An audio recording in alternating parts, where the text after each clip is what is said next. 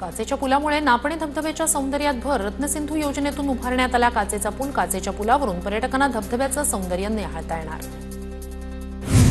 राजापूर तालुक्यातील अर्जुना धरण पूर्ण क्षमतेने भरलं. धरणाच्या सांडव्यातून विसर्ग सुरू. विसर्गामुळे अर्जुना नदीच्या पाणी पातळीत वाढ. नदीकाठच्या गावांना सतर्कतेचा इशारा. इगतपुरीतील भावली धबधब्याला पर्यटकांची पसंती. धबधब्याच्या डेड एंडवर जाण्यास पोलिसांची, पर्यटकांना बंदी. पुणेकरांची वर्षभराची पाण्याची चिंता मिटली. पुणे शहराला पाणी पुरवठा करणाऱ्या खडकवासला धरणात 21 टीएमसी पाणीसाठा. छत्रपती संभाजीनगरच्या जायकवाडी धरणाची पाणी पातळी 74%.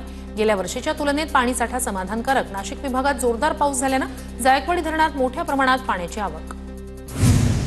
जळगावातील भुसावळच्या हतनूर धरणाचे 4 दरवाजे अर्ध्या मीटरने उघडले. धरणातून 4097 क्युसेक पाण्याचा विसर्ग. तापी नदीकाठच्या गावांना सतर्कतेचे निर्देश. नाशिकच्या गोदावरी नदीला आलेला पूर ओसरला. रामकुंड परिसरात भाविकांची गर्दी. सलग 3 आठवड्यांपासून गोदावरी नदीला होता पूर. हळूहळू जनजीवन पूर्वपदावर येण्यास सुरुवात. विरारमध्ये पावसाची दमदार हजेरी. अचानक आलेल्या पावसानं वाहनधारक नागरिकांची तारांबळ. दिवसभर अधूनमधून पाऊस पडण्याची शक्यता.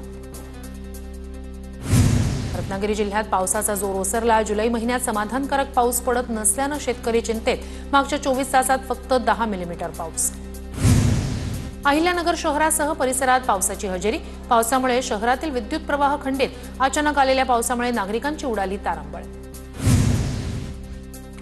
रत्नागिरी जिल्ह्यातील पाणी पुरवठ्यासाठी 5 कोटी 23 लाख रुपयांचा निधी मंजूर.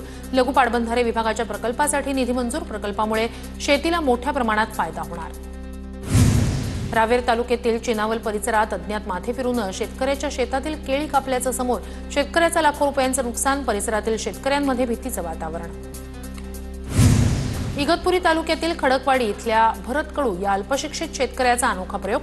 खडकाळ जमिनीवर सेंद्रिय पद्धतीनं घेतलं करटुल्याचं पीक. बाजारात 300 रुपये किलोनं मागणी. वाशिम जिल्ह्यात यंदा समाधानकारक पाऊस. आतापर्यंत 90% क्षेत्रावर पेरणीची कामं. यंदाही सोयाबीनचा पेरा सर्वाधिक. हळद आणि कपाशीच्या पेऱ्यात मोठी वाढ.